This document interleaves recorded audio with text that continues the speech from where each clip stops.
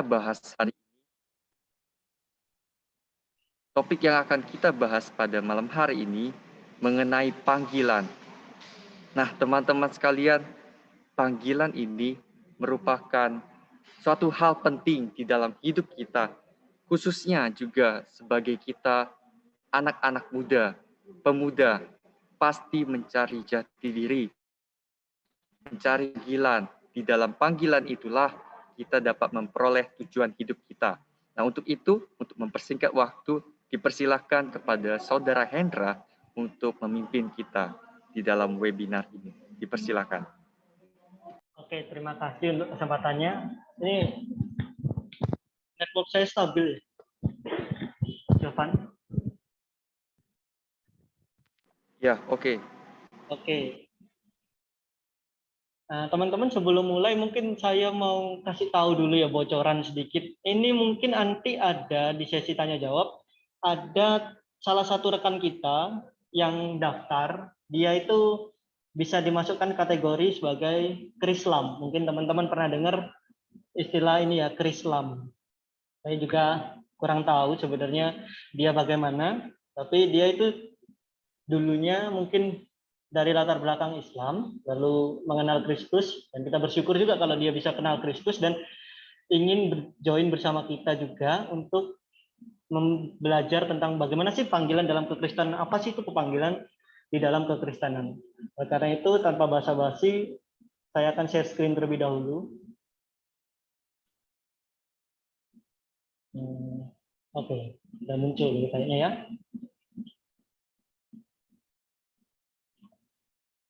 Oke, ini memang tampilan PowerPoint-nya memang sengaja tak rata kiri semua biar sebelah kanan kalian bisa lihat wajah saya atau wajah teman-teman lain yang ganteng, cakep, dan cantik. Jadi bisa dilihat samping-sampingnya. Oke, malam hari ini ya kalau sebelum-sebelumnya mungkin ada yang pembicara-pembicara hebat sudah kita lihat ya di webinar Blessing ini, dan juga ya mereka tentunya jauh lebih hebat dari saya, jauh lebih berpengalaman daripada saya. Saya sendiri umur masih kepala dua, masih muda, cukup muda lah ya. Bahkan sama berkat mungkin masih ya tipis-tipis lah, beda-beda tipis lah ya. Nggak tahu nanti lebih tua yang mana. Oke, kita akan membahas di sini sharing section terpanggil sebuah pesona personal. Nah, ketika teman-teman berbicara tentang panggilan, kira-kira apa ya yang dipikirkan tentang panggilan? Mungkin ada teman-teman yang mau jawab, mungkin yang mau jawab boleh langsung pakai open mic ya. Kalau ada yang mau, kalau nggak ada yang mau jangan dipaksa. Saya. Telepon. Ya, silakan. Siapa itu tadi? Panggilan untuk memberikan lingkungan bagi orang yang belum percaya bagi Tuhan. Oke, thank you, Joshua. Ada lagi mungkin teman-teman? Panggilan, kira-kira panggilan apa? Iya. Joshua tadi bilang untuk memberitakan Injil kepada orang yang belum percaya. Oke. Ada lagi? Oke, kalau tidak ada, langsung. Panggilan itu sebenarnya kalau saya sendiri pikir itu berhubungan dengan tujuan hidup ya teman-teman. Nah, kalau saya gambarkan itu tujuan hidup itu seperti kita masuk di dalam sebuah film adventure. Jadi ketika ngomong tentang sebuah panggilan itu saya selalu ingat ada waktu masa kecil itu saya ngelihat ada film adventure bagus teman-teman. Mungkin teman-teman juga ngelihat. Yang sezaman saya mungkin juga tahu ya. Jadi itu ada anak kecil, seorang gadis, dia harus pergi ke suatu tempat. Dia harus pergi ke suatu tempat, dia mempunyai map yang sangat baik, tapi dia tidak tahu bagaimana cara jalan ke situ. Dia ditemani oleh beberapa temannya, dan juga dalam perjalanan nanti dia ketemu sama teman-temannya. Tapi yang penting itu adalah dia punya tujuan. Dia punya tujuan yang akan dicapai nanti di akhir sana. Itu ada tujuan yang akan dicapai oleh anak gadis ini. Mungkin teman-teman ada yang tahu film ini.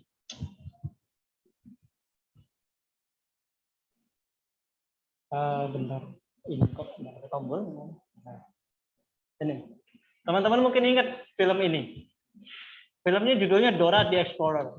Dia punya peta, dia punya tujuan yang akan dicapai, dan tujuan-tujuan itu, cara capai ke tujuan akhirnya, titik akhirnya itu harus ada proses yang dilalui. Entah dia melewati jembatan dari troll kuning itu yang suka tanyain teka-teki unik, atau ngelewatin apapun lah, pohon besar, gunung besar, atau kadang-kadang bahkan menemui swiper yang mau nyuri apanya, terus yang penting nggak nyuri cinta pertamanya aja dia. Nah, terus dia juga ditemani oleh temannya yang setia ini adalah Bud. Nah, apa sih hubungannya panggilan sama Dora the Explorer? Apa ya? Nggak tahu. Coba nanti kita akan pikirkan nanti di belakang. Nah, mengapa kita perlu memikirkan tentang panggilan ini sih, teman-teman? Nah, dari trailer yang sudah ditulis di caption, ada beberapa yang akan kita bahas. Gambaran besarnya itu, apa sih panggilan itu? Kita akan bahas bersama-sama, kita akan discuss bersama-sama. Bagaimana sih memahami panggilan Tuhan? Gimana sih meresponi panggilan itu? Terus tujuan hidup itu sama nggak sih sama panggilan Tuhan? Yang paling penting itu nggak jangan sampai selesai di pengetahuan kita aja, tapi supaya teman-teman, setiap kita, saya dan juga teman-teman bisa menjawab pertanyaan yang terakhir, yaitu apa sih panggilan hidupku? Apa sih panggilan Tuhan di dalam hidupku?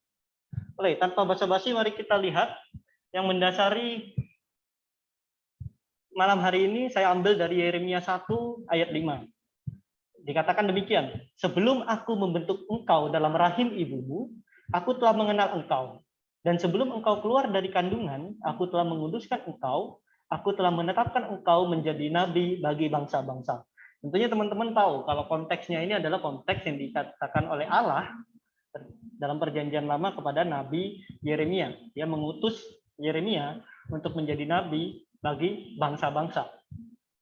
Itu adalah panggilan. Dan dikatakan di situ sebelum lahir, bahkan sebelum keluar dari kandungan, bahkan waktu Tuhan membentuk kita di dalam rahim ibunya, itu khususnya Yeremia ini dan juga kita tentunya, itu Tuhan sebenarnya sudah menetapkan panggilannya di awal.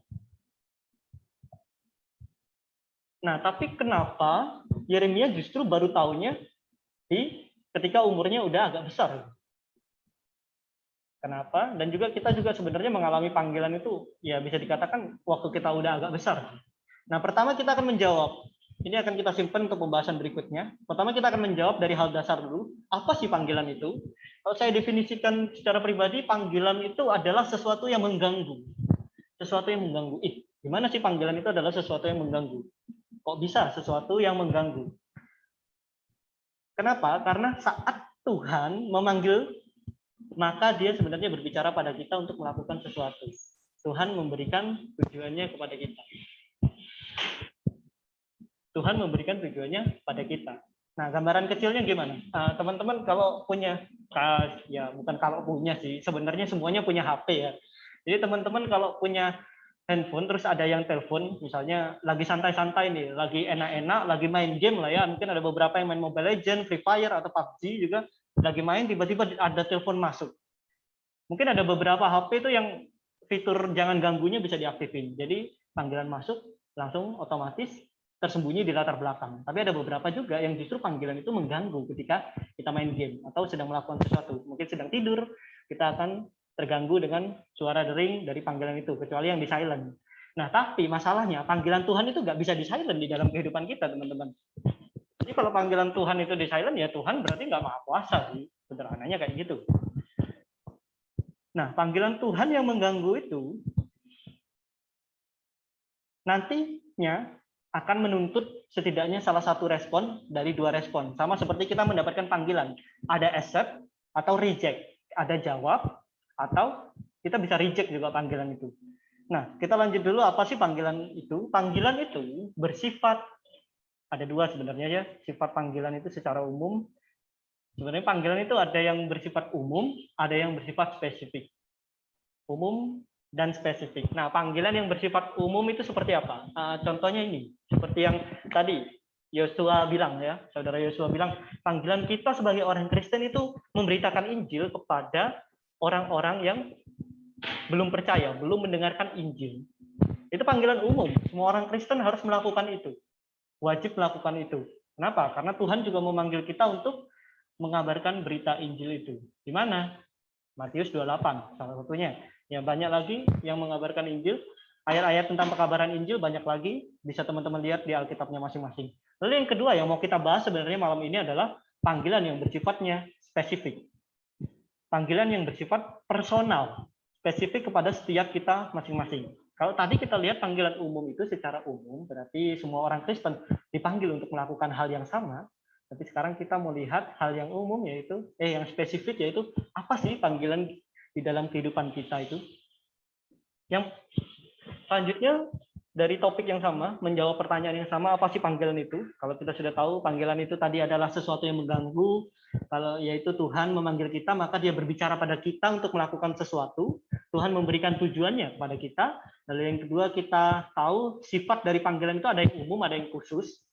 Yang khusus itu masing-masing orang punya panggilan itu masing-masing. Lalu yang berikutnya adalah yang perlu kita sadari dengan sangat amat jelas, itu adalah panggilan itu adalah anugerah. Panggilan itu adalah anugerah. Kenapa panggilan itu adalah anugerah? Gampangnya gini, kayak misalnya siapa? Misalnya Pak Jokowi deh ya, dia manggil saya gitu. Dari sekian juta umat manusia di Indonesia, yang dipanggil saya. Wah, itu kayaknya kemungkinannya kecil banget tuh probabilitasnya. Kalau dihitung pakai matematika, mungkin teman-teman ada yang jago matematika, tolong dong dihitungin dong sekian ratus juta jiwa manusia, terus habis itu saya cuma satu orang di sini, bukan siapa-siapa, probabilitasnya kira-kira berapa? Kayaknya kurang deh dari 2%. Mungkin ada yang mau gabut gitu, mau ngitungin? Nggak ada ya? Saya rasa nggak ada, tapi nggak usah juga, soalnya waktu kita terbatas. Repotin juga nanti. Nah, panggilan adalah anugerah. Kenapa? Karena sama kayak tadi, yaitu ketika Tuhan memanggil kita, yaitu menaruh api di dalam hati kita. Wih, anugerah apa kan coba ada api di dalam hati kita? Kayak rumah kita dibakar. Itu anugerah macam apa coba? Itu agak aneh. Tapi sebenarnya api yang di sini dikatakan itu sebenarnya api yang saya pikirkan sebagai suatu semangat. Suatu semangat yang ada di dalam hati kita, sehingga kita mau menggebu-gebu untuk melayani Tuhan dalam hal tertentu atau bidang tertentu.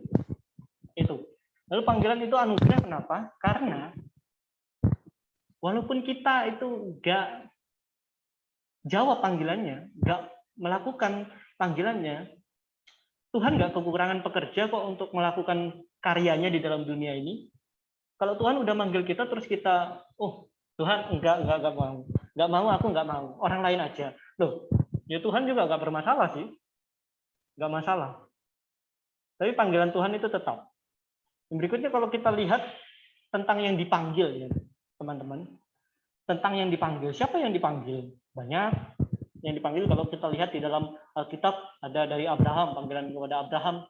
Bahkan panggilan itu saya rasa kalau mau lebih jauh lagi, udah mulai dari Adam pertama kali ya. Kenapa yang diciptakan pertama kali itu Adam? Kenapa bukan Hendra? Kenapa bukan Berkat? Kenapa bukan Jovan? Kenapa Adam? Itu ya bagian dari panggilan Tuhan sih. Kalau mau tahu jawabannya, mungkin harus ada pembahasan lain ya sama Tuhan sendiri. Soalnya cuma Tuhan sendiri yang tahu jawabannya. Kenapa dia ciptain pertama itu Adam? Lalu yang berikutnya ada juga Yusuf. Yusuf dipanggil. Ya teman-teman tahu ya ceritanya. Lalu yang namanya Yunus ini juga, saya juga agak bingung ya kalau jawab manggil nama Yunus di sini, soalnya ada dosen saya namanya Yunus juga, jadi kalau manggil Yunus kayaknya kurang ajar gitu kan, kalau kedengeran tiba-tiba orangnya lewat. Jadi mungkin untuk Yunus ini saya spesialisasi jadi Pak Yunus gitu ya. Tapi bukan untuk teman-teman, mungkin ada yang dari Aletea atau lulusan Aletea, ini bukan Pak Yunus Sutandio ya, tapi ini Pak Yunus yang ada di Alkitab, yaitu anaknya Amitai. Lalu yang berikutnya kalau kita mau lihat secara luas lagi, murid-murid Yesus juga dipanggil. Ya iyalah dipanggil, kalau nggak dipanggil ngapain mereka jadi murid kan?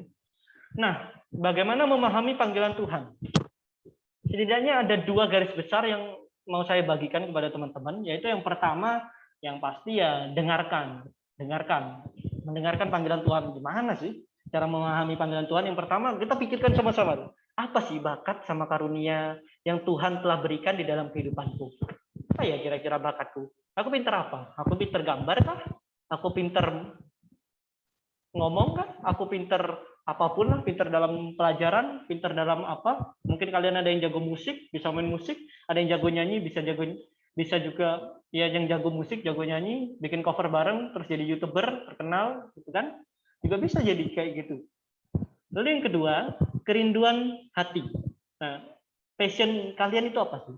Kalian pengen untuk melakukan pekerjaan apa? Misalnya contohnya, itu salah satunya ya bahasa simpelnya sih cita-cita. Cita-citamu apa sih sebenarnya? Kamu mikir apa? Misalnya ya paling sering dari anak-anak mungkin jadi dokter. Jadi dokter, oke, jadi dokter. Mungkin ada yang lain, mau jadi apa? Mau jadi profesor mungkin. Mungkin mau jadi peneliti, mau jadi ini, teknisi bengkel yang handal, juga bisa kok. Cita-cita apapun boleh, tiap orang punya hak untuk mendapatkan cita-citanya. Itu kerinduan hati. Lalu yang berikutnya, apa kata orang? Jadi panggilan Tuhan juga kita bisa dengarkan dari kata orang. Bisa. Kadang-kadang kita nggak sadar, apa sih sebenarnya kehebatan kita, keunggulan kita, atau bahkan kekurangan kita di dalam kehidupan kita. Kita sendiri nggak sadar, tapi orang lain di sekitar kita, teman dekat kita, atau mungkin papa mama kita, itu bisa juga ngasih tahu, kamu cocoknya jadi, misalnya jadi ya petani gitu. Ya tapi jarang banget sih orang tua kalau bilang kayak gitu juga. Tapi mungkin ada ya orang tua kayak gitu. Kamu cocoknya jadi dokter, tapi kadang-kadang kita juga harus memikirkan kalau kata orangnya ini bener enggak sih? Jadi kata orang itu sebenarnya cuma untuk apa ya? Kayak katalis bahasanya repot. Kayak ragi buat roti itu kan buat pancing. Jadi ya kayak gitulah untuk membentuk adonannya. Jadi kayak pancingan aja, kayak umpan. Jadi kita bisa mikir, oh iya ya, ternyata aku punya bakat di situ. Ternyata Tuhan kasih karunia aku di situ. Akhirnya di situ timbullah kerinduan hati kita untuk masuk di bidang tertentu. Dan yang paling penting, yang terakhir untuk dalam hal mendengarkan adalah apa kata firman Tuhan. Nah, kalau misalnya ada orang bilang, kamu cocok jadi ini, gembong narkoba. Jadi agak repot. Bisa sih bisnis gitu ya. Mungkin bakat kita di bisnis gelap gitu. Terus habis itu kerinduan hati saya adalah untuk menyebarkan ganja ke daerah-daerah kayak gitu. Terus orang bilang oke. Tapi kata firman Tuhan apa coba? Apakah itu merugikan orang lain? Iya, merugikan orang lain. Kalau merugikan orang lain kira-kira boleh nggak ya? Nah, itu menjadi perenungan kita untuk bagaimana memahami panggilan Tuhan. Yang pertama yaitu mendengarkan. Dan yang paling penting adalah setelah kita mendengarkan apapun, itu harus didoakan juga. Doakan pada Tuhan. Kalau kamu punya cita-cita untuk jadi polisi, jadi tentara, jadi dokter, jadi yang lainnya, bawa itu dalam doa. Tuhan, aku rindu untuk melayani Engkau di bidang ini, di bidang A, di bidang B. Jadi panggilan Tuhan itu bukan cuma sebatas, panggilan Tuhan untuk memberitakan Injil. Memberitakan Injil bukan hanya kamu jadi hamba Tuhan, sekolah teologi, terus khotbah di mimbar atau khotbah dimanapun yang bisa jadi mimbar gitu, harus jadi pendeta, nggak harus jadi kayak gitu. Tapi panggilan Tuhan itu kepada masing-masing orang itu berbeda. Bahkan kalau kita mau lihat di dalam Alkitab sendiri ada banyak panggilan. Kalau kita mau lihat juga ada beberapa para nabi, itu nabi-nabi itu juga adalah orang-orang yang expert di bidangnya masing-masing. Salah satunya yang saya ingat itu Nehemia teman-teman. Kalau teman-teman mau lihat Nehemia itu, kalau saya nggak salah ingat ya, kalau salah tolong dikoreksi. Nehemia ini sebenarnya juru minum raja. Dia adalah juru minum raja. Tapi dia dipanggil Tuhan untuk melayani Tuhan, memberitakan firman, bukan hanya memberitakan firman, juga membangun apa? Tembok waktu itu. Itu panggilan Tuhan. Panggilan Tuhan bisa datang kepada siapa saja, dan untuk menjadi apa saja, bukan hanya untuk jadi pendeta. Jadi mungkin ada beberapa teman yang lulusan teologi kah atau yang lain, mungkin bukannya saya menentang hal-hal seperti itu lalu tidak menspesialkan kita, tapi memang ya setiap panggilan itu spesial. Nggak ada panggilan yang paling spesial, nggak ada panggilan yang mungkin tidak paling spesial. Tapi semua panggilan itu spesial selama untuk kemuliaan nama Tuhan. Oke, yang selanjutnya kita lihat. Nah, ini gambarnya itu. Jadi ada merespon. Nah, sekarang dari mendengarkan dan mendoakan mungkin teman-teman udah melakukan ya. Sebagian besar saya yakin di sini udah melakukan, kalau saya lihat orang-orangnya juga. Ada beberapa yang saya tahu soalnya, bukan beberapa sih, sebagian besar ini ya. Dan saya melihat ada yang meresponi dengan tombol hijau. Ada yang meresponi mungkin ya dengan tombol merah, salah satunya tombol merah itu untuk menunda sebenarnya. Tuhan, aku nggak siap loh sekarang. Gimana kalau tahun depan Tuhan panggil aku lagi, nanti aku angkat deh. Ya keburu Tuhan nemu orang lain sih ya, gitu ya. Sama kayak kalau kita gantungin orang gitu, tiba-tiba keburu orang nemu orang yang lain yang lebih nyaman. Nah, kalau kita lihat lagi meresponi panggilan Tuhan, teman-teman, saya lebih suka kalau kita memikirkan bersama-sama dari kisah Yunus. Dari kisah Yunus. Tapi sebelum masuk ke kisah Yunus, kita melihat sama-sama kalau meresponi panggilan Tuhan itu berkaitan erat dengan ketaatan dan juga kesetiaan. Ketaatan dan kesetiaan. Jadi kita harus taat dan juga harus setia. Kenapa? Ya kembali lagi, karena panggilan Tuhan adalah anugerah. Oke, mari kita lihat Pak Yunus.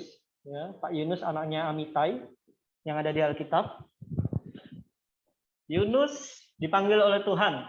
Tuhan bilang, bangunlah, pergilah ke Niniwe. Yunus 1 ayat 2, lalu di Yunus 1 ayat 3, tetapi Yunus bersiap melarikan diri ke Tarsis. Ini ada tipe ya, sorry. Ke Tarsis, jauh dari hadapan Tuhan. Lalu ayat 4-nya, tetapi Tuhan. Kenapa saya menggarisbawahi kata tetapi ini?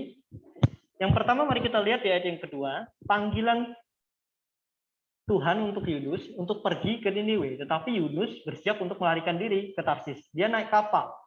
Dia naik kapal untuk pergi ke Tarsis. Nah, perlu kita ketahui, perlu kita gambarkan baik-baik. Ini sekitar mungkin bisa jadi 2.500 tahun yang lalu. Itu kapal nggak sama kayak zaman sekarang, teman-teman. Jadi kapal itu termasuk ada salah satu bahan yang jarang gitu ya untuk ditemukan untuk transport kayak gitu. Kalau sekarang pesawat udah bisa tersedia di mana-mana, kecuali sekarang masa pandemi ya, dibatalkan.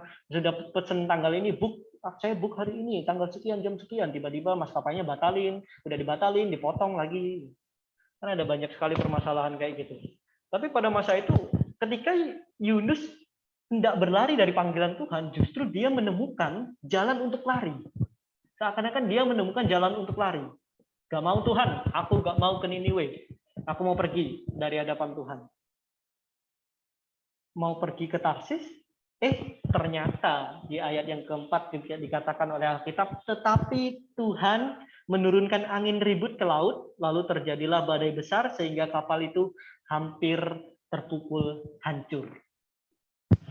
Ini menunjukkan kepada kita sebenarnya kalau Tuhan mau pakai orang, mau pakai teman-teman sekalian, saya dan teman-teman dalam hal tertentu, Tuhan sebenarnya tidak akan memberikan jalan kita untuk lari. Walaupun kita berusaha lari, seakan-akan ada jalan, ada jalan alternatif, aku bisa jalan pindah ke yang lain, menjauhi Tuhan. Enggak, Tuhan itu Tuhan yang Maha Kuasa, Tuhan yang Maha Tahu, dia sudah merancangkan panggilannya, tujuannya di dalam kehidupan kita, jauh-jauh hari bahkan sebelum kita dilahirkan. Jadi siapa yang bisa lari dari hadapan Tuhan coba? Enggak ada. Tapi Yunus mencoba lari, bukan berhasil lari.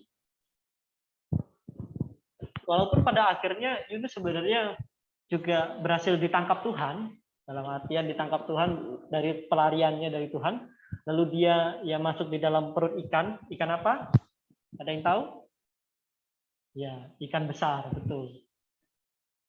Nah, di situ sebenarnya Tuhan sedang melatih Yunus. Melatih apa? Kalau dia dia sebenarnya Tuhan ya bisa sih, nggak kekurangan orang, nggak kekurangan nabi untuk pergi ke Niniwe selain Yunus. Saya yakin waktu itu ada orang lain yang bisa Tuhan utus. Mungkin kalau saya yang jadi Tuhan, tapi saya juga nggak berencana untuk jadi Tuhan. Kalau saya jadi Tuhan, Yunus kira bisa lari dari aku, ya biarkanlah dia pergi. Aku bisa pakai orang lain kok. Nggak kurang kerjaan aku ngejar dia. Ngapain aku ngejar dia? Kayak aku udah ada kerjaan lain. Ini doa-doa orang lagi numpuk, harus dijawab. Itu kalau saya jadi Tuhan. Tapi kan Tuhan kan nggak bisa, bukan nggak bisa sih. Tapi Tuhan itu terlalu maha kuasa untuk berpikir kayak gitu. Tuhan terlalu hebat untuk berpikir seperti itu. Kalau kita lihat lagi, ketidaktaatan Yunus itu kalau dilihat, ya nggak mengubah rencana Tuhan kok. Nggak mengubah juga kesetiaan Tuhan. Tuhan tetap setia kok. Dia manggil Yunus. Ya, tetap mau pakai Yunus walaupun Yunus mau lari. Dia tetap setia. Dia nggak mengubah rencananya. Apa yang dia ubah di dalam kisah Yunus? Rencananya? Bukan. Kesetiaannya? Bukan. Yang diubah adalah kekerasan hati Yunus. Kalau kita lihat, kekerasan hati Yunus. Kenapa Yunus nggak mau pergi ke Niniwe?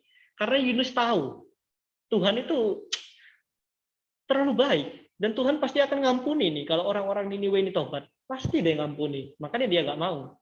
Kenapa? Niniwe itu tempatnya musuh-musuhnya Israel waktu itu. Makanya si Yunus nggak mau. Ih, ngapain aku mengasihi musuhku? Yang diubahkan di situ adalah kalau Tuhan menjadikan hati Yunus menjadi lembut. Tuhan melembutkan hati Yunus untuk mendengarkan panggilan Tuhan dan menjalani panggilan Tuhan. Yunus sadar di situ, aku nggak bisa lari dari Tuhan. Oke, aku akan pergi ke Niniwe. Akhirnya dia datang, mengabarkan, walaupun di akhir juga protes-protes dia kan.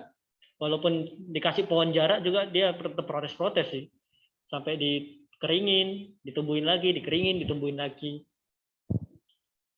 Dan juga ketika Tuhan memanggil dan memproses kita, sebenarnya Tuhan mengajarkan juga untuk kita melembutkan hati, yaitu bukan hanya menyadari kelemahan, tetapi bersandar penuh pada Tuhan juga. Kita sadar kelemahan kita bisa jatuh kapan aja, bisa jatuh. Siapa bilang orang nggak bisa jatuh? Walaupun itu hamba Tuhan sekalipun, ya hamba Tuhan sih general ya. Sekalipun itu pendeta, penginjil, bisa jatuh? Bisa. Bisa. Murid-murid Tuhan, jatuh? Jatuh. Tapi apa? Tuhan tetap ingin orang yang jatuh itu bangkit, menyadari kelemahan, dan bersandar pada Tuhan. Apapun yang terjadi, Tuhan cuma pengen itu sih. Kita lembutkan hati. Yang kita pikirkan di dalam proses kita meresponi panggilan Tuhan itu bukan aku harus berhasil, aku harus menang, aku harus bisa menjalankan panggilan Tuhan dengan sebaik-baikku. Itu. Apa? Mungkin Iyalah, mau ya. itu yang masih open mic ya. Thank you. Jadi sebenarnya Tuhan itu ingin. Oke, terima kasih. Saya juga kena mute jadi. Oke. Oke, kita lanjut. Ini melembutkan hati ketika kita sedang dalam proses Tuhan, sebenarnya Tuhan ingin kita berpikir Tuhan yang memampukan kita, Tuhan yang menguatkan kita, bukan karena kekuatan kita sendiri sehingga kita bisa meresponi panggilan Tuhan, menjalani panggilan Tuhan, tujuan hidup kita itu dengan baik, tetapi itu semua karena Tuhan. Sebenarnya meresponi panggilan Tuhan ini sama kayak kita mengejar kekudusan, teman-teman. Kalau kita mengejar kekudusan itu tanpa pertobatan, tanpa dikuduskan oleh Tuhan, kita nggak bisa. Kita nggak bisa hidup kudus. Kita nggak bisa hidup kudus. Gimana caranya orang berdosa seperti kita hidup kudus tanpa ada penebusan dari Tuhan? Kita ini ditebus. Ditebus berarti kita pasif. Kita nggak ngelakuin apa-apa. Kita ditebus. Tapi di satu sisi Tuhan bilang apa? Jika kamu mengasihi aku, maka kamu akan melakukan perintah-perintahku. Yohanes 14. Dan ada banyak ayat lagi yang mengingatkan seperti itu. Bahkan Paulus mengatakan apa? Kerjakanlah keselamatanmu. Berarti kita ada tindakan aktif di situ. Kita memberikan diri kita sebagai persembahan yang baik untuk meresponi panggilan Tuhan. Jadi setelah kita memikirkan bersama-sama tentang panggilan Tuhan, apa itu panggilan Tuhan, terus bagaimana kita bisa memahami panggilan Tuhan, meresponi panggilan Tuhan, yang paling penting setelah memikirkan itu semua adalah jadikan panggilan Tuhan itu jadi tujuan hidup kita.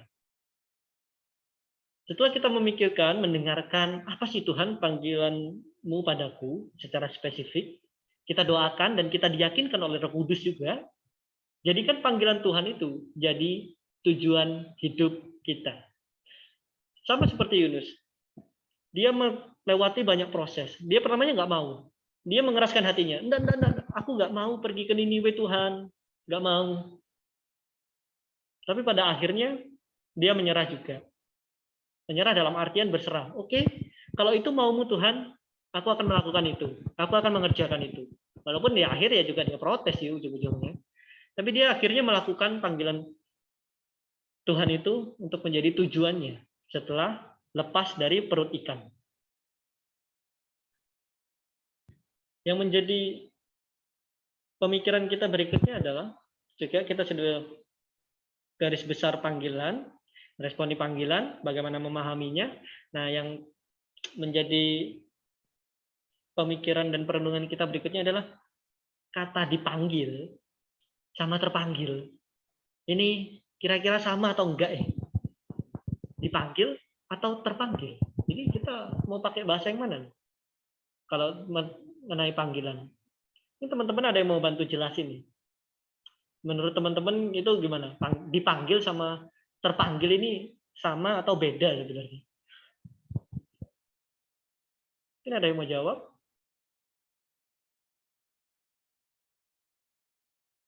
Bega.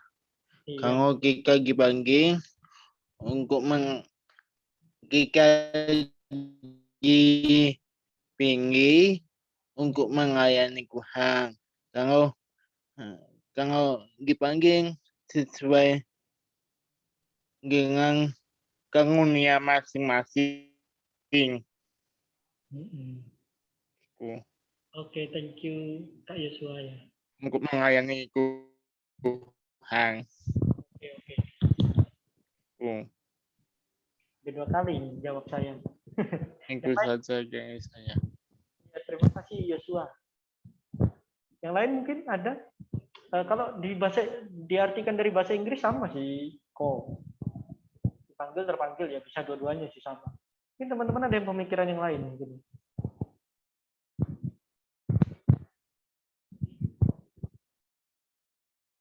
Saya kok, Pak Hendra.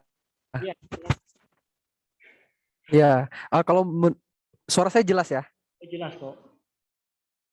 Ya. Jadi menurut saya kalau dipanggil itu Tuhan menyatakan bahwa ini loh panggilanmu sama saya. Terus terpanggil itu bagaimana saya meresponi panggilan Tuhan itu. Nah, saya terpanggil enggak? Mau enggak saya meresponi panggilan Tuhan itu dalam hidup saya? Kalau saya sih seperti itu. Oke, thank you Jonathan. Oke, saya akan langsung jawab. Ya, kurang lebih sama sih sama teman-teman juga. Dipanggil itu sangat mengindikasikan kata yang bermakna pasif sebenarnya. Dipanggil. Sama kayak kita misalnya ya, dimakan. Gitu kan. Nggak mungkin kan kita makan diri kita sendiri.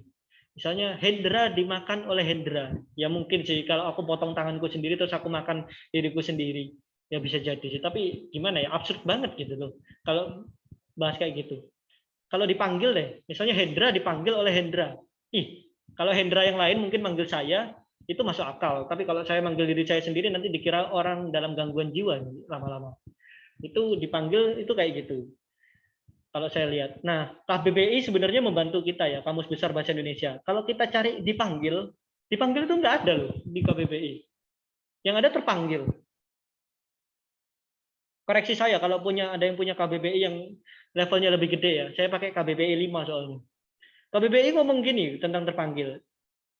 Saya suka arti yang ketiga itu merasa berkewajiban atau bertanggung jawab. Merasa berkewajiban atau bertanggung jawab. Beda nggak dipanggil sama terpanggil? Dalam artian ini sebenarnya ya beda sih. Kalau dipanggil berarti kita pasif tuh, kita nggak ngapa-ngapain. Kita cuma dipanggil. Misalnya ada yang nyaut, tiba-tiba teriak, "Woi!" Orang kan bingung. "Woi yang di sana, woi yang kameranya nyala, tolong jawab saya." Nah kan bingung kan, yang kameranya nyala ini jadi. Ini mau jawab yang mana gitu kan? Itu dipanggil. Tapi kalau ketika kita ngomong tentang panggilan Tuhan di dalam kehidupan kita, kita dipanggil. Tuhan memanggil kita. Kita dipanggil Tuhan. Kita pasifnya. Kita cuma terima tuh. Tuhan panggil kita. Oke, ngapain? Sekarang respon kita apa? Nah, responnya itu jawabannya di terpanggilnya. Ketika kita merasa berkewajiban atau bertanggung jawab mengenai sesuatu. Sebagai orang Kristen contohnya, kita terpanggil untuk memberitakan Injil. Sebagai orang Kristen misalnya, kita terpanggil untuk, mungkin ada keluarga, teman-teman yang masih belum kenal Kristus, terpanggil. Aku merasa berkewajiban, merasa bertanggung jawab untuk memperkenalkan Kristus dalam kehidupan mereka. Aku merasa bertanggung jawab. Itu sebenarnya respon kita. Kalau kita mau perhatikan bersama dari arti yang tadi. Jadi jangan berhenti cuma katakan, oh, aku dipanggil oleh Tuhan. Tetapi mari kita juga lanjutkan, aku terpanggil untuk melakukan panggilan Tuhan. Aku merasa bertanggung jawab untuk melakukan dan menggenapi panggilan Tuhan di dalam kehidupanku. Yang berikutnya, yang penting juga dalam panggilan ini adalah tentunya berkaitan dengan pemulihan diri. Kalau saya renungkan selama ini, panggilan itu harus berhubungan dengan pemulihan diri kita.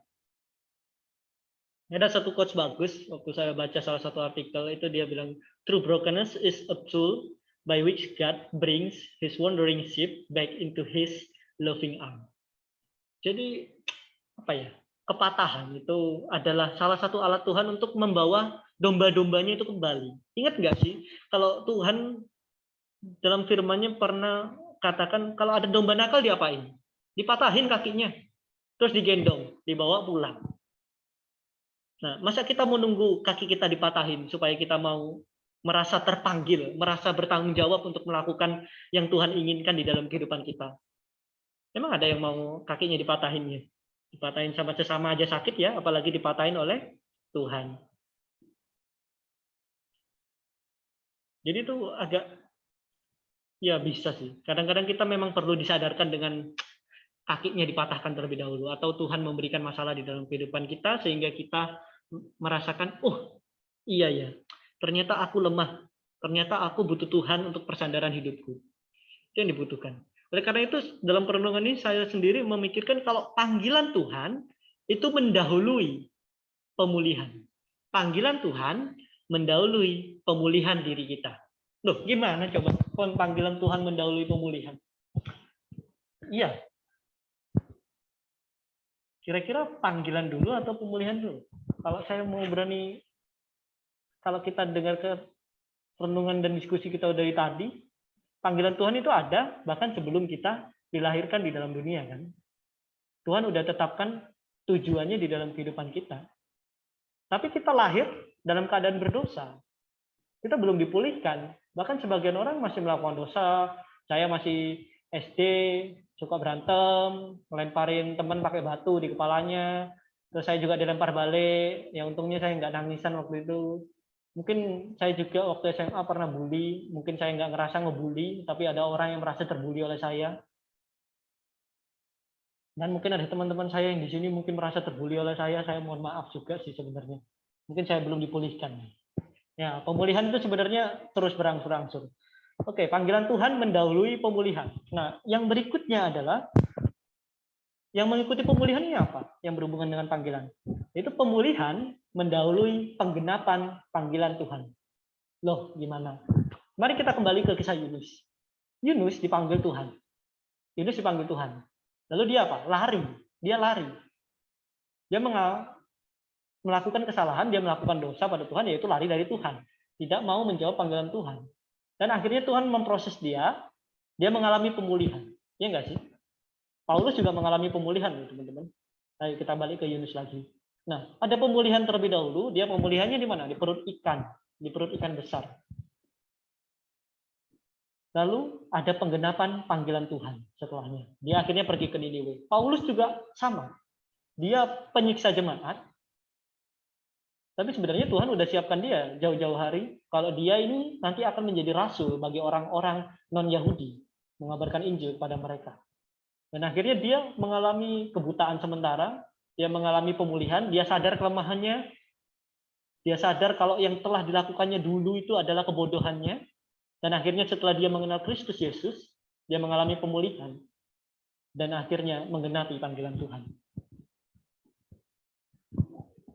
Panggilan Tuhan ada sejak awal, tapi menemukan panggilannya adalah perjalanan. Itu Itu sama kayak Dora tadi teman-teman. Kalau kita balik ke Dora ya teman-teman, mungkin teman-teman yang sekarang masih ada lihat Dora mungkin.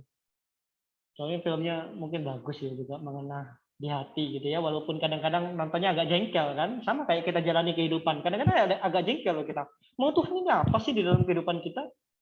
Kita pikir kadang-kadang kayak gitu. Apa sih tujuan Tuhan di dalam kehidupan kita? Kita mikir kayak gitu. Tapi Dora bikin jengkelnya lain. Dia tanya sesuatu yang sudah ada di depannya. Apakah kamu melihat laut? Ada lautnya ada di belakangnya jelas. Tapi Tuhan nggak kayak gitu sih, jengkel, bikin kita jengkel. Kita jengkel karena kita lemah. Kita tahu kita lemah dan kita tidak bisa menyelami pikiran Tuhan. Kita tidak bisa mengerti pikiran Tuhan. Akhirnya kita jengkel sendiri. Itu lain.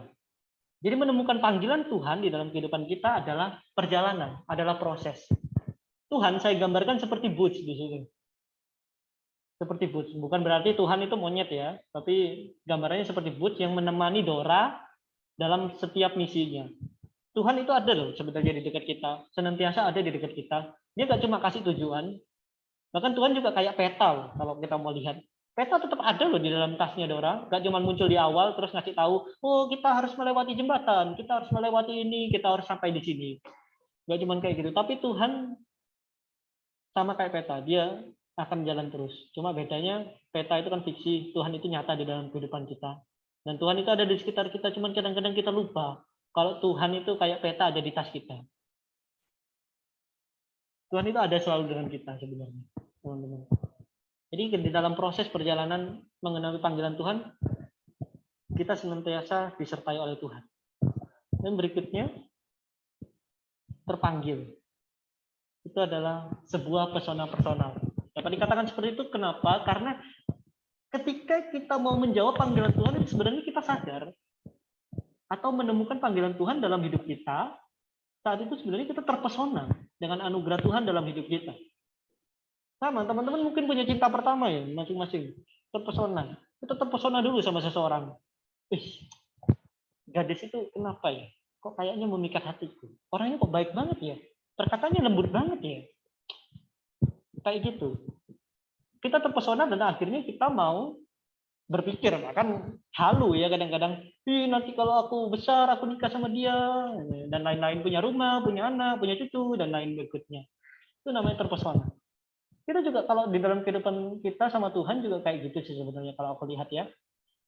Kita terpesona sama kasih Tuhan di dalam kehidupan kita. Tuhan memanggil kita, nah karena terpesona itu tadi bisa dikatakan ya kita akhirnya bucin sama Tuhan dan Tuhan ngomong apa, aku akan lakukan itu Tuhan. Untuk Tuhan apa sih yang enggak, pasti akan kita lakukan. Kalau kita sudah terpesona, panggilan Tuhan ini bukan hanya terbatas dipanggil oleh Tuhan, tetapi kita akan lanjut terus terpanggil dan kita merasa bertanggung jawab di dalamnya. Ini kita lihat ayat Alkitab lagi nanti. Efesus 2 ayat 10. Karena kita ini buatan Allah, diciptakan dalam Kristus Yesus untuk melakukan pekerjaan baik yang dipersiapkan Allah sebelumnya. Ia mau supaya kita hidup di dalamnya. Jadi panggilan itu bukan hanya soal kita memberitakan Injil melalui kata-kata, memberitakan Injil sebagai pendeta, penginjil, dan lain-lain. Tapi Tuhan juga ingin kita melakukan perbuatan baik yang dipersiapkan Allah sebelumnya di dalam kehidupan kita. Yesus sendiri mengatakan di dalam Matius 5 ayat 16, demikianlah hendaknya terangmu bercahaya di depan orang, supaya mereka melihat perbuatanmu yang baik dan memuliakan Bapamu yang di surga. Jadi sebenarnya Tuhan juga menuntut kita untuk berbuat baik untuk apa? Bukan untuk kita diselamatkan, tetapi kita boleh memuliakan Tuhan yang ada di surga. Jadi sekarang dari pemikiran ini jangan berhenti dari yang tadi, apa panggilan itu, tapi mari kita pikirkan apa sih panggilan kita? Apa sih panggilanku di dalam kehidupan ini? Apa sih panggilan Tuhan di dalam kehidupanku? Apa sih yang ingin Tuhan inginkan di dalam kehidupanku? Apa sih tujuan yang Tuhan ingin capai di dalam kehidupanku? Oke, mungkin saya sharingnya itu aja sih untuk tentang panggilannya. Mungkin saya kembalikan pada Jovan untuk sesi tanya jawab atau yang lainnya. Terima kasih Saudara Hendra sudah memberikan penjelasan tentang panggilan di dalam hidup kita. Oke, kita akan masuk dalam sesi tanya jawab. Di sini ada satu penanya. Saya akan bacakan di chat. Dari saudara Deron. Saya ingin bertanya soal panggilan. Bicara soal panggilan, saya teringat dengan Yudas. Dalam perspektif saya, Tuhan memanggil Yudas untuk mengkhianati Yesus, sekaligus menggenapi beberapa nubuat yang ada seperti kematian Yudas. Ada pula rekan dari Billy Graham bernama Charles Temptot yang murtad dan meninggalkan imannya. Charles menjadi agnostik dan menulis buku Farewell to God, My Reason for Rejecting Christian Faith. Saya hanya takut apabila saya terpanggil untuk murtad dari Tuhan. Apakah memang Tuhan bisa memanggil saya untuk murtad? Juga tolong jelaskan keterkaitan antara panggilan Yudas dan pengkhianatan Yudas. Terima kasih. Silakan Saudara Hendra bisa merespon. Iya. Ini sebenarnya pertanyaan yang menarik ya kalau kita mau bahas sama-sama sih teman-teman. Panggilan Yudas. Apakah ada orang yang dipanggil untuk murtad? Kalau saya bilang nggak ada nanti gimana? Jadi repot kan? Yudas itu murtad atau enggak? Mari kita pikirkan sama-sama seperti itu sih kalau menurutku ya. Yudas. Mari kita pikirkan sama-sama Yudas. Yudas kira-kira murtad atau enggak ya?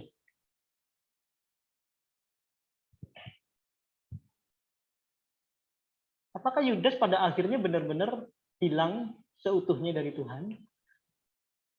Ya bisa dikatakan seperti itu. Mari kita lihat dari sudut pandang ini terlebih dahulu ya.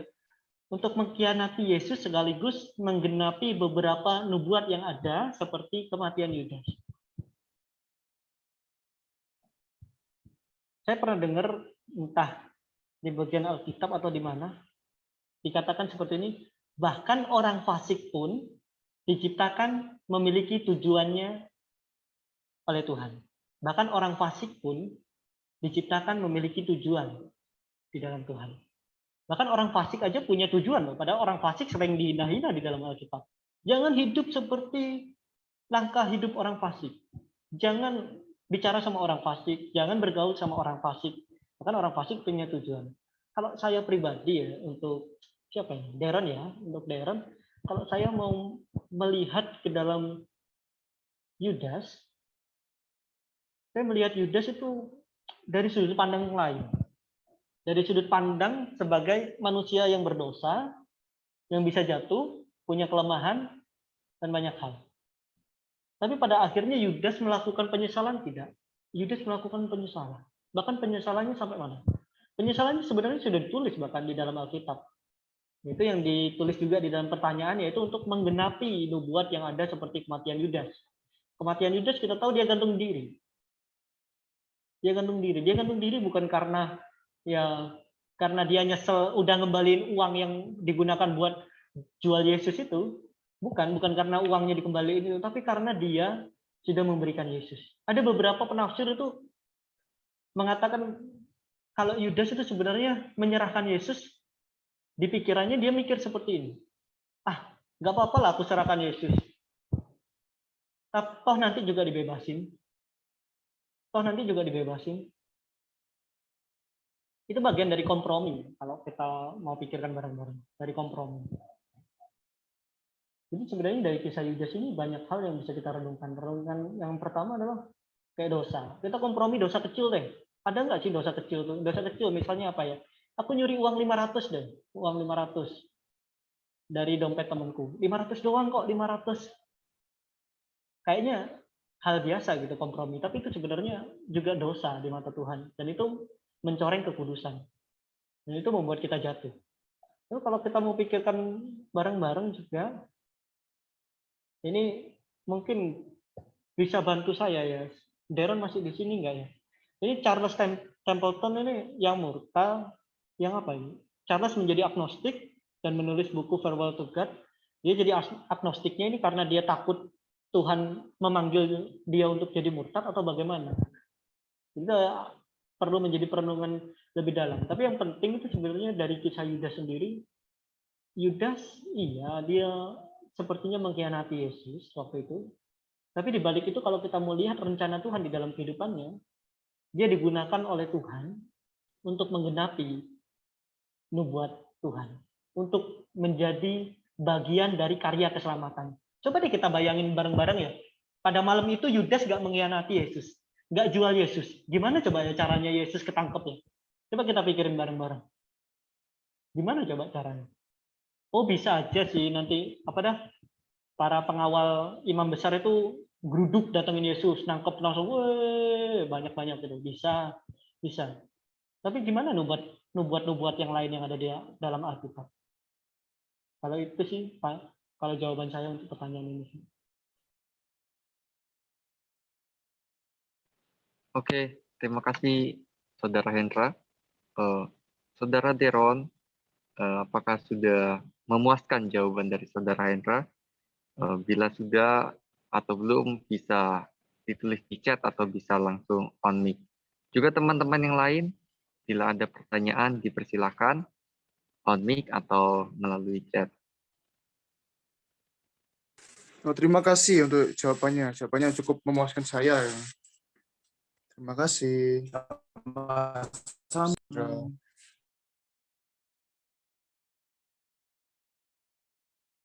Ya, mungkin dari saya ya.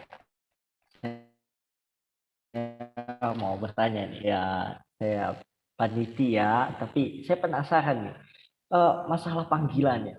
Kadang banyak orang mengatakan bahwa aku dipanggil aku dipanggil ini loh gitu loh. Tapi aku sendiri merasa bahwa ini bukan panggilanku, ini bukan panggilanku. Jadinya ada suatu gerakan mau lari dari panggilan. Ada suatu kerinduan, oh aku mau lari, kayak mau mencobai panggilan yang sebenarnya tuh udah di depan mata, tapi cobain ini kayaknya bukan panggilanku deh, panggilanku yang lain. Tapi butuh ada pelajaran yang didapat dulu baru ngerti, oh rupanya emang panggilanku di sana gitu loh. Nah pertanyaannya adalah, apakah ketika emang kita lari dari panggilan itu terus melekat di dalam diri kita, atau jangan-jangan emang ketika kita lari panggilan ada panggilan yang baru yang ada di depan mata kita, ada di tempat lain, bukan yang ada di depan mata kita saat ini, yang menurut kita oh ini panggilan kita loh. Itu mungkin kan ada teman-teman di antara kita punya perasaan, ada feeling, oh aku emang udah dari kecil punya bakat ini dan udah aku kembangkan dan akhirnya aku mau putuskan jadi ini loh. Tapi akhirnya ketika dia lari akan panggilannya, kembali lagi dia ke tempat yang semula tadi dengan bakatnya itu. Nah, menurut Saudara Hendra sendiri, bagaimana sih soal lari dari panggilan? Apakah kita nggak dibolehin untuk lari, atau emang nanti ketika kita lari akan kembali lagi ke panggilan kita yang semula? Terima kasih. Oke, thank you. Langsung tak jawab aja ya. Lari dari panggilan. Kalau ya referensi kita malam ini Yunus ya, Pak Yunus. Sorry, nanti orangnya lewat repot. Jadi Pak Yunus anak Amitai, dia coba lari. Iya, dia coba lari. Tapi Tuhan akhirnya tangkap dia. Sebenarnya gini, kalau Tuhan sudah manggil kita, kalau menurutku loh ya, mungkin ada teman-teman referensi yang lain bisa nanti sharing ya. Menurutku kalau Tuhan sudah panggil kita dalam bidang tertentu, dalam tujuan tertentu, Tuhan nggak akan melepaskan kita sekalipun kita mencoba lari sampai ujung dunia sekalipun. Tuhan nggak akan melepaskan kita. Sama kayak Yunus, dia mencoba lari. Dan bahkan ada beberapa tafsiran yang mengatakan Tarsis itu sebenarnya kayak ujungnya dunia, seperti ujungnya dunia. Waktu itu zaman itu dipercaya sebagai ujung dari dunia. Dipercaya seperti itu karena tempatnya agak jauh dari mana-mana. Jadi sebenarnya bahkan mau lari ke Tarsis pun yang dipercaya sebagai ujung dunia, tempat yang jauh, dia berhasil ditangkap oleh Tuhan, diproses Tuhan dan akhirnya kembali ke panggilannya.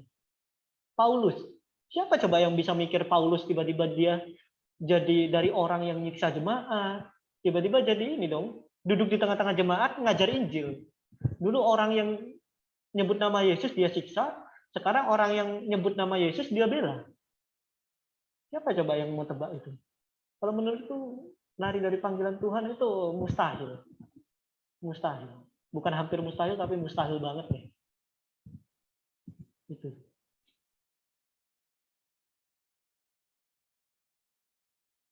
Kasih jawabannya Saudara Hendra. Ini simpel, sederhana, tapi buat kita juga mungkin lari dari panggilan itu ya bisa kita benar-benar mendapatkan tujuan yang baru, karena Tuhan emang tadi dijelasin sama Saudara Hendra, emang udah dari lahir, dari kita dalam kandungan tuh udah Tuhan udah memilih. Tapi gini, Saudara Hendra, saya mau ajak diskusi ini. Kalau misalnya memang Tuhan udah menetapkan kita akan panggilan kita saat ini, namun mengapa ya gitu ya, banyak sekali orang-orang tuh yang nggak merasa bahwa nggak bersyukur akan panggilan yang udah ditetapkan dalam dirinya. Contohnya aja, dia merasa bahwa profesi panggilan yang Tuhan berikan di dalam dirinya nggak sebanding dengan usahanya, nggak sebanding dengan apa yang ia lakukan selama ini. Bahkan dia itu selalu merasa bahwa kok aku hanya sebatas ini yang saya dapatkan dari panggilan yang Tuhan berikan. Nah, makna konsep dari panggilan yang udah Tuhan tetapkan dalam diri kita itu apa sih? Apa sih yang Tuhan mau sih di dalam diri kita untuk memenuhi panggilan itu? Karena kalau dibanding-bandingkan, oh profesiku gini, oh profesinya dia enak ya, kok panggilan yang Tuhan berikan di dalam dirinya kok lebih enak dibandingkan aku. Sedangkan aku profesiku yang Tuhan panggil di dalam diriku ya kayak gini. Aku kurang setuju, kayak kok penghasilanku kayak gini, kok iniku kayak gini. Jadi banyakkan mengeluh daripada bersyukurnya. Oke, jadi mungkin Saudara Hendra bisa menanggapi. Terima kasih. Oke, thank you. Iya, ini realitas sih. Kalau aku lihat ya, ini realitas. Ini kadang-kadang, ya mungkin ada beberapa teman yang masuk teologi itu dulu kisahnya, oke, aku dulu diterima di sini, diterima di sana, di sini, di sini. Akhirnya aku harus merelakan itu semua dan mengikuti pembentukan di sekolah teologi. Ya, mungkin ditanyanya jangan di awal-awal mereka masuk, tapi di pertengahan mereka masuk atau di akhir mereka masuk. Tanyain aja, nyesel gak lu masuk sekolah teologi? Nah, tanyain aja kayak gitu. Dia jawabnya apa? Nah, masalah menyesal atau enggak itu sebenarnya ada pada kita ya. Kalau tadi ditanya prinsip dari panggilan itu, panggilan itu kan tadi kita sudah bilang panggilan itu pasif. Panggilan itu dari Tuhan untuk kita. Bukan kita request ke Tuhan, Tuhan aku pengen kamu panggil aku jadi presiden misalnya. Tuhan aku pengen kamu panggil aku jadi polisi. Kayak begitu. Nggak ada request kayak gitu. Jadi kalau kenapa kita kecewa itu karena kita merasa usaha kita itu sudah lebih besar daripada panggilan Tuhan. Usaha kita lebih besar dari panggilan Tuhan. Oh, aku sudah melakukan ini, aku udah belajar sampai mati-matian untuk masuk jadi polisi. Aku sudah latihan untuk menjadi polisi, jadi tentara, jadi yang lain-lain. Untuk aku sudah berusaha untuk masuk di sekolah akuntansi yang paling bagus di dunia. Tapi kenapa Tuhan nggak memberikan itu? Karena Tuhan tahu kita lebih cocok di mana sih? Tuhan tahu itu, Tuhan sudah taruh itu. Tapi karena kita, sama kayak Yunus tadi, kita mengeraskan hati sebenarnya. Dan Tuhan akhirnya akan memproses kita untuk melembutkan hati. Nah, sekarang kitanya mau nggak sih kita dilembutkan hatinya, atau kita tetap mau mendem gitu ya di dalam kesengsaraan kita yang kita buat sendiri sebenarnya dari penyesalan-penyesalan kita itu. Itu sih menurutku ya. Oke, thank you Saudara Hendra untuk jawabannya. Oke, thank you untuk kesempatannya yang diberikan oleh Saudara Jovan. Oke, terima kasih. Terima kasih Saudara Hendra dan juga Saudara Berkat. Ada satu pertanyaan di chat. Saya akan bacakan dari Deborah Angelia. Bagaimana cara mengetahui bahwa sebuah panggilan benar dari Tuhan dan bukan dari yang lain, atau maksudnya dari keyakinan diri yang salah? Silakan dijawab, Saudara Hendra. Panggilan yang benar. Panggilan itu benar. Kalau general, panggilan secara umum, saya berani katakan benar. Kita semua dipanggil untuk memberitakan Injil. Nah, saya yakin yang ditanyakan yang spesifik pasti. Jadi panggilan Bagaimana sih caranya kita mengetahui? Ya, sebenarnya tadi ada 2 prinsip kan, dengarkan dan doakan. Tapi itu prinsip. Realitas repot. Saya sendiri dalam memikirkan panggilan juga repot sebenarnya. Bahkan sampai sekarang pun masih digumuli sebenarnya panggilan itu. Ada orang mengatakan seperti ini sih. Waktu saya menggumuli panggilan, dia ngomong gini. Saya kan bilang, panggilan itu apa? Panggilan itu abstrak loh. Kita nggak tahu panggilan Tuhan. Apa sih tujuan Tuhan? Tujuan itu kan nanti di depan sana. Tuhan nggak langsung ngomong ke aku, oh nanti kamu di depan sana jadi orang seperti ini. Enggak, Tuhan nggak ngomong langsung kayak gitu. Tuhan ingin kita menjalani proses. Kita bukan nabi-nabi yang spesial di dalam Alkitab, yang tiba-tiba Tuhan panggil, tiba-tiba ada suara Tuhan nongol, hai, siapa ini? Deborah. Kamu kupanggil untuk menjadi nabiku, untuk pergi ke suatu tempat, lalu memberitakan suatu tempat, melakukan hal itu, hal ini, hal itu. Kita enggak seperti itu. Tapi ada hal yang baik dari Tuhan yang diberikan kepada kita di dalam kehidupan kita, yaitu Roh Kudus. Roh Kudus itu nuntun kita. Dia akan bantu kita di dalam kita saat mendengarkan. Itu yang pertama. Lalu bagaimana kita diyakinkan? Nah, ini yang paling penting sebenarnya. Pertanyaannya, bagaimana kita diyakinkan kalau panggilan itu benar dari Tuhan? Kadang-kadang kita sudah sadar sih. Kita belum sadar sebenarnya. Kita tahu kalau ada panggilan dari Tuhan, tapi kita sendiri masih belum yakin. Oh, ini benar-benar dari Tuhan nggak sih? Gitu kan? Akhirnya gimana sih caranya? Orang yang tadi saya sebut itu dia bilang gini, panggilan itu kadang ditemukan waktu kita menjalaninya. Panggilan kadang ditemukan waktu kita menjalaninya. Wah, kok agak repot ya panggilan itu ditemukan waktu kita menjalaninya. Nemukannya aja repot. Gimana jalaninnya coba? Ini sebenarnya Tuhan pengen kita menemukan panggilan dalam proses kalau aku lihat. Di dalam proses. Kalau kita lihat di dalam kehidupan banyak, mungkin ada orang-orang percaya lain, bapak-bapak gereja atau bapak-bapak yang menjadi panutan iman kita, yang lain, mereka tahu nggak ya kira-kira kalau mereka nanti akan menjadi reformator misalnya. Martin Luther misalnya, dia tahu nggak ya kalau dia bakal matok di depan chapel itu nanti, matok-matok banyak kayak gitu, terus akhirnya melakukan perubahan besar. Dia tahu nggak? Dia nggak tahu. Jadi kalau saya lebih diyakinkan ya, panggilan itu menjadi yakin di dalam kehidupan kita ketika kita menjalaninya dan ketika itu benar-benar terjadi. Benar-benar terjadi. Mungkin untuk menjawab ini, kok di room chat ini ada yang mancing manggil ceritakan panggilan saya. Tapi untuk menjawab ini saya tertarik sama salah satu teman saya ya. Mungkin teman-teman mungkin ada yang sudah ngantuk ya. Yang udah ada ngantuk. Tapi ini waktunya ngambil sebentar aja.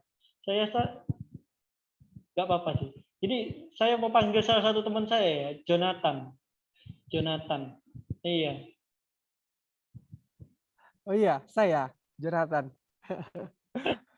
Iya. Kenapa, Kak Hendra?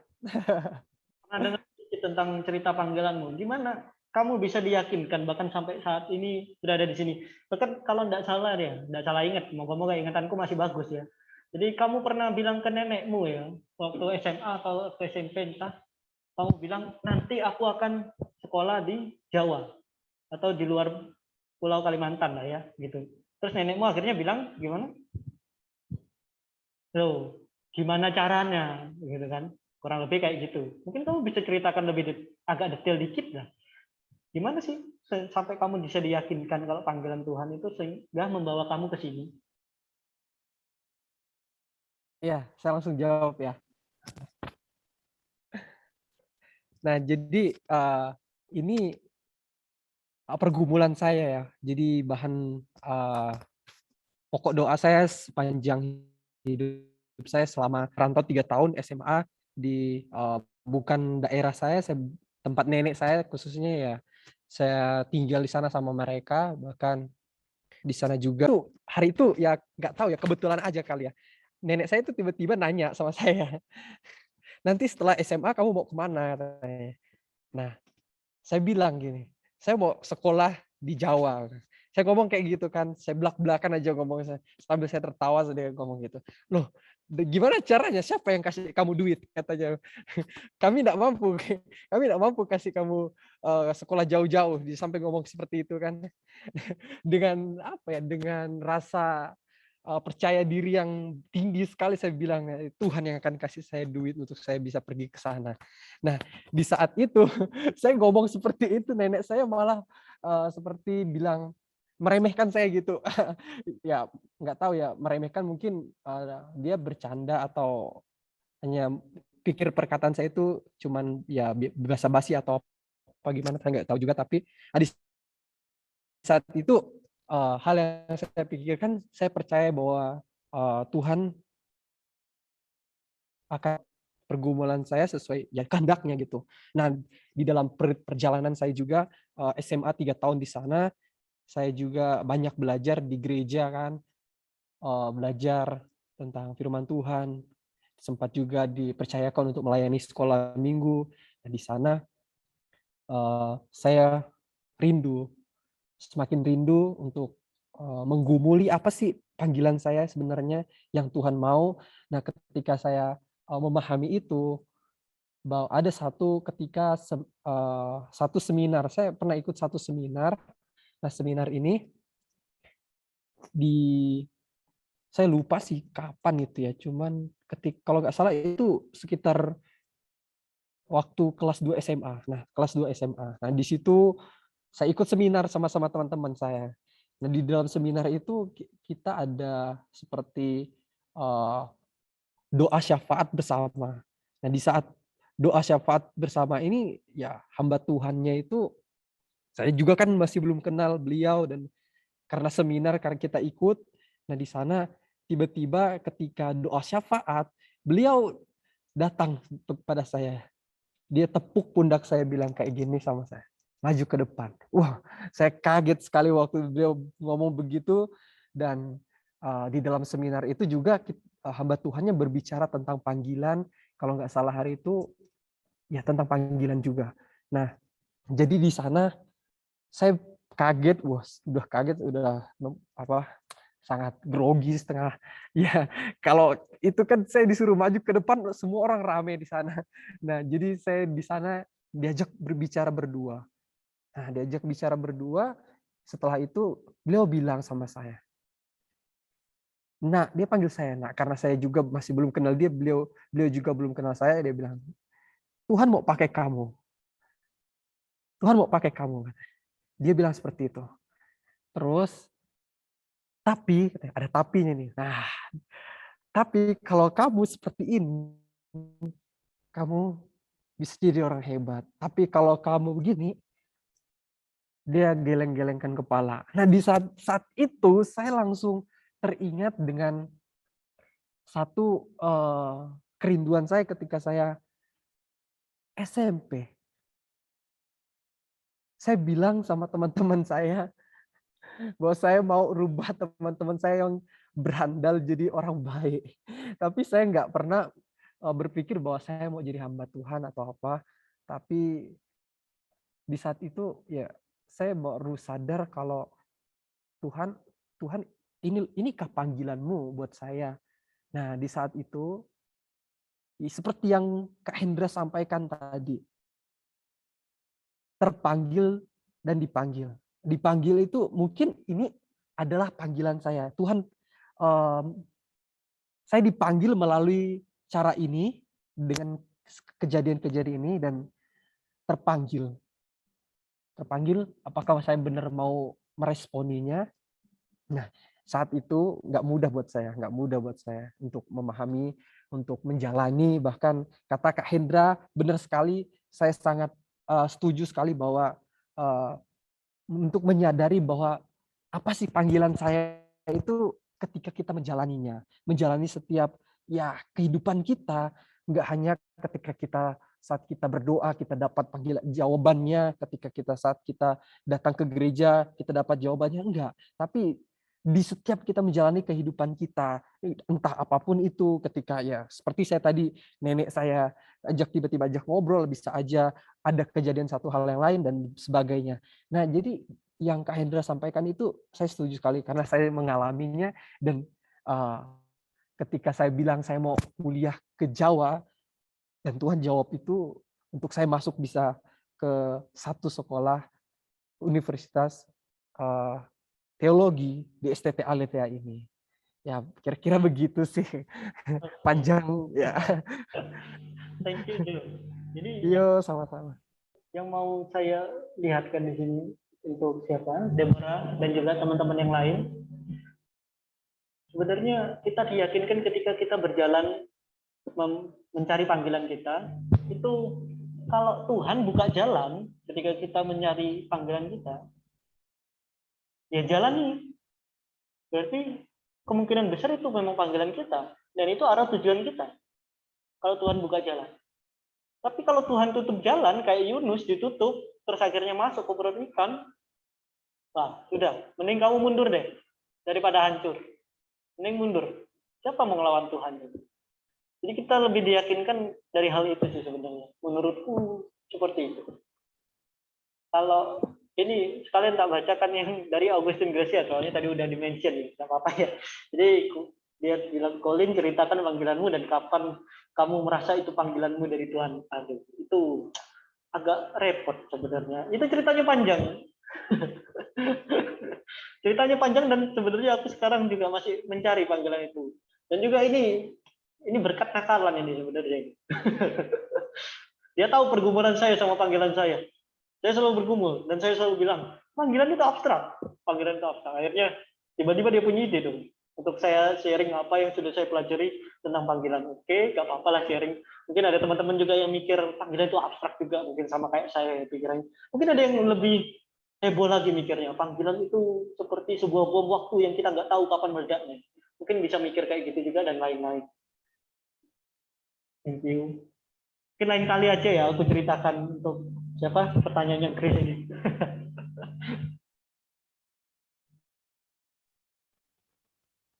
Oke, Saudara Hendra dan juga Jonathan, terima kasih. Mungkin ada satu penanya lagi, dipersilakan. Nah, kali ini satu penanya, kalau memungkinkan bisa langsung bertanya kepada Saudara Hendra. Dipersilakan.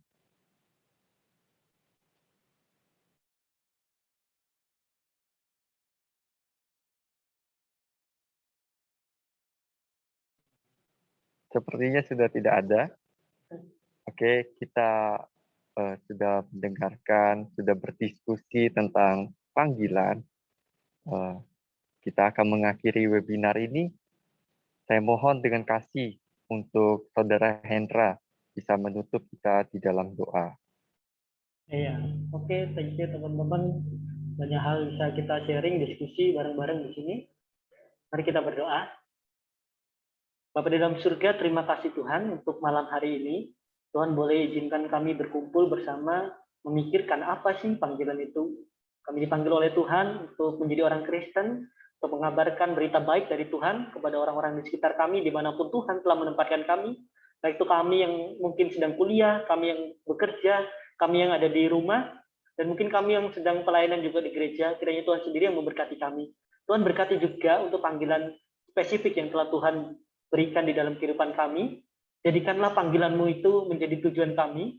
Ajarlah kami untuk melembutkan hati, supaya kami tidak terlalu menyandarkan pada kekuatan diri kami sendiri, tetapi kami mau menyandarkan diri kami sepenuhnya kepada tangan Tuhan yang kekal. Karena di luar Tuhan kami tidak bisa berbuat apa-apa. Kiranya Tuhan sendiri yang memberikan kami visi yang terbaik untuk panggilan Tuhan di dalam kehidupan kami. Ajarilah kami Tuhan, tuntunlah kami untuk terus menggenapi panggilan Tuhan di dalam kehidupan kami. Hanya di dalam nama Tuhan Yesus Kristus kami berdoa, bersyukur. Amin. Oke, saya minta untuk Kak Berkat, mungkin ada yang mau disampaikan untuk info-info webinar kita selanjutnya, dan juga untuk sesi foto. Dipersilakan. Iya. Oke, terima kasih untuk Saudara Hendra yang sudah mampir ya di acara webinar Blessing. Uh, juga boleh teman-teman tahu ya, Saudara Hendra juga salah satu panitia webinar Blessing dan dia juga bersedia untuk membawakan materi kepada kita. Terima kasih Saudara Hendra dan terima kasih juga untuk Saudara Jovan yang bersedia menjadi moderator kita pada malam hari ini. Tuhan Yesus memberkati pelayanan kalian berdua. Oke, ya, info selanjutnya adalah 2 minggu ke depan ini kita nggak ada webinar Blessing. Jadi di bulan Agustus ini kita meliburkan diri ya. Jadi webinar Blessing ditutup bulan ini tuh pada hari ini saja. Namun di bulan depan kita akan kedatangan narasumber. Jadi saya kasih tahu tipikal narasumber kita yang nanti di bulan September itu bagaimana. Jadi beliau ini adalah salah satu seorang mantan berandal, dan yang kedua dia juga pernah bekas dari penjara, sekarang udah jadi hamba Tuhan. Oke, jadi beliau udah jadi hamba Tuhan, walaupun dulu meskipun dulu dia mantan bekas berandal, mantan bekas tahanan penjara. Nah, sekarang nanti mohon maaf, nanti saya akan share ke teman-teman siapa pembicaranya, dan tetap stay di grup webinar Blessing dan info-info selanjutnya.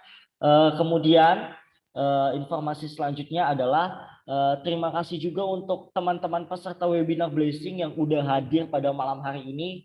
Ya, kita tahu bahwa malam hari ini nggak terlalu banyak yang datang, tapi meskipun demikian kita semua diberkati oleh panggilan yang sudah, ya bukan diberkati oleh panggilan,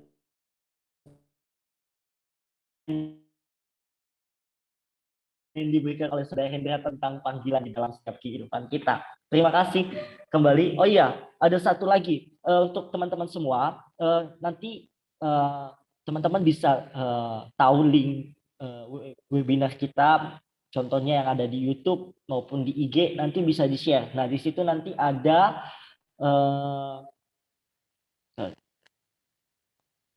mohon maaf, nanti di dalam di YouTube webinar Blessing maupun juga nanti yang ada di Instagram webinar Blessing, itu nanti akan disediakan platform pendaftaran maupun materi webinar yang nanti akan di-share di sana.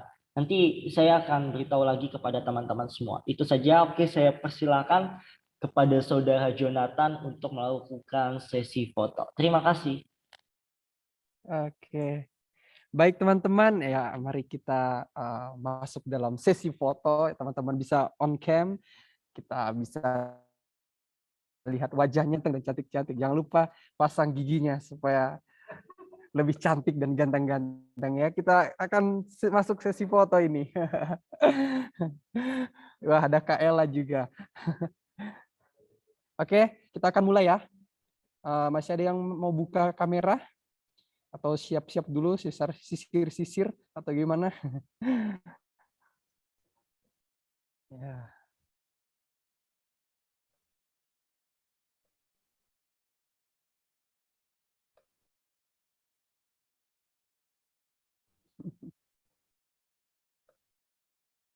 Oke, sudah ya? Atau masih ada? Oke, kita akan mulai. 1, 2, 3. Sekali lagi. 1, 2, 3. Ayo kita pakai gaya biar lebih mantap. Bebas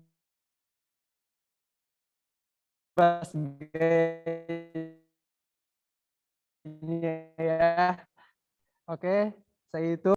Oke, Oh iya, terima satu info kasih. selanjutnya. Thank you Saudara Jonathan udah foto kita sama-sama. Mungkin ada dari teman-teman panitia mau menyampaikan informasi atau sudah cukup?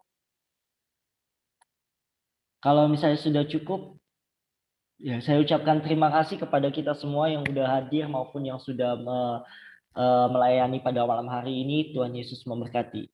Oke, sampai jumpa semuanya. Tuhan Yesus memberkati. Thank you, thank you.